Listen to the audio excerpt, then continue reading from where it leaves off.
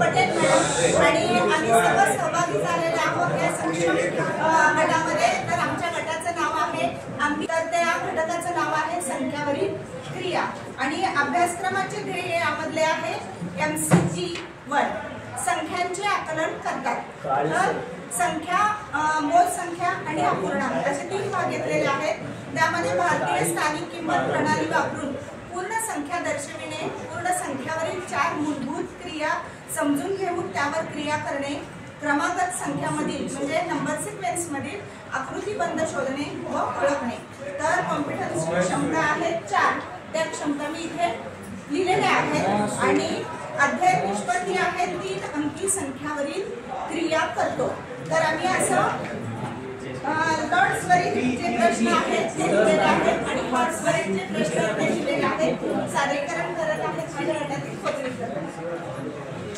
अध्याय निष्पत्तीवरती 3 अंकी संख्यावरील क्रिया करतो। तर त्याच्यामध्ये लॉर्ड्स आणि हॉर्स यामध्ये आम्ही प्रश्न जरा जास्त काढल्यामुळे थोडा वेळ लागला आम्हाला। तर निम्न स्तरावरील आधारित प्रश्न होते। यामध्ये ज्ञान, आकलन आणि उपयोजन या 3 घटकांवर ते प्रश्न काढलेले होते। ज्ञानावरचा 3 प्रश्न आम्ही काढलेले होते। दिलेल्या संख्या वाचून दाखवा, म्हणजे आपण कोणत्याही 3 अंकीच्या संख्या दिल्या त्या संख्या आम्ही दिलेली आहे तर त्या 3 अंकी संख्या दिल्यानंतर त्या वाचून दाखवणं आपल्याला तिथे अपेक्षित आहे। किंवा अंकाची स्थानिक किंमत सांग किंवा दिलेल्या संख्यांचा विस्तारित आकलनामध्ये दिलेल्या संख्यांमध्ये सर्वात लहान संख्येला बरोबर किंवा मोठ्या संख्येला बरोबर दिलेल्या अंकी संख्या जास्तीत जास्त दिलेली संख्या तयार करणे किंवा दिलेल्या संख्येची मोठ्या मांडणीने बेरीज करायची। उपयोजनामध्ये नोटांमधून दर्शवलेली रक्कम दाखव किंवा शाब्दिक उदाहरण देऊन ते सोडवायला सांगा आणि दिलेला होता 100 रुपयामध्ये 20च्या किती नोटा येतील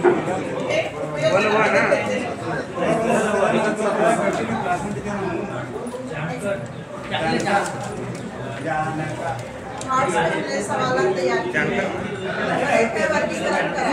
दिलेल्या संख्येचे समान